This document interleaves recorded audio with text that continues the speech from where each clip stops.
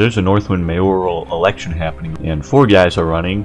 They're all communist authoritarian dictators, and I'm gonna prove it to you. You don't believe me? Let's start with the most obvious, the self-proclaimed Baron of Coffee.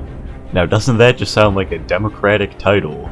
He promises to start a quote, food program. He admits that he will use a team to accomplish this, along with stating this will create job opportunity. Now, a job opportunity implies you get paid. So, someone has to pay money to give something to someone else, in short. It's just robbing Peter to pay Paul reskinned. What does that sound like?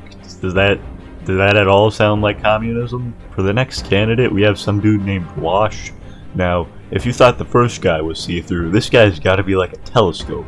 In his mayoral campaign, he says he's gonna host some events, including child gambling, and he openly stated he was gonna make one of his ideological rivals pay for it. Anybody hearing communist? He also stated that he would provide free wash care for all. Now, what that's code for is you pay me, and I'll pay for your wash care. Of course, after he takes a cut of our money. He's also again trying to bribe us with rare weapons, a common theme in all these elections. The next communist, named Shaneborough, has made his entire platform pretty much on resolving the wealth class conflict in Northwind. A noble cause. Now, what does he propose to fix this problem? Nothing. It doesn't actually propose any plan to fix the problem, given the alternatives, none exist. The only possibility of forced suppression of ideological dissidents through excessive force. In other words, beating up the dudes who disagree. There's just no way to change people's minds other than force. Pretty ironic, given his passion for melee discussed in his mayoral campaign. The final of the 4th candidates calls himself Ibs Iabi, and starting off with the most obvious activity of running his own would-be state-run media propaganda channel.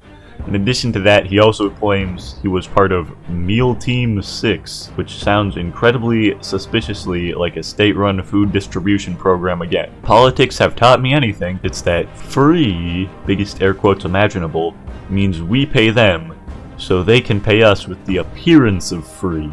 In addition to that, he promises to repress his ideological enemies as the very first statement of his mayoral candidacy. Also, I know I brought out the fact that some of them were using bribery, but upon further inspection, they all, except the Iabi guy, pretty much solicit bribes for their election.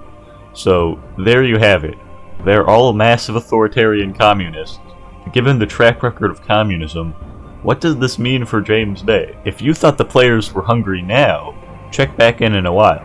If you thought they were cold now, you should see them when it's even colder. So unless some guy who isn't a massive authoritarian communist dictator starts running and gets elected, we may need to start the resistance. With our current candidate, the best bet is the coffee guy, who appears to have minimal experience to enforce his wealth redistribution programs, and probably will only be able to tax the dudes who are already poor anyways because they don't have guns. So yeah, until I see you guys later, make sure to like and subscribe for more. When the evil are in power, everybody hides. When the good are in power, everybody's happy.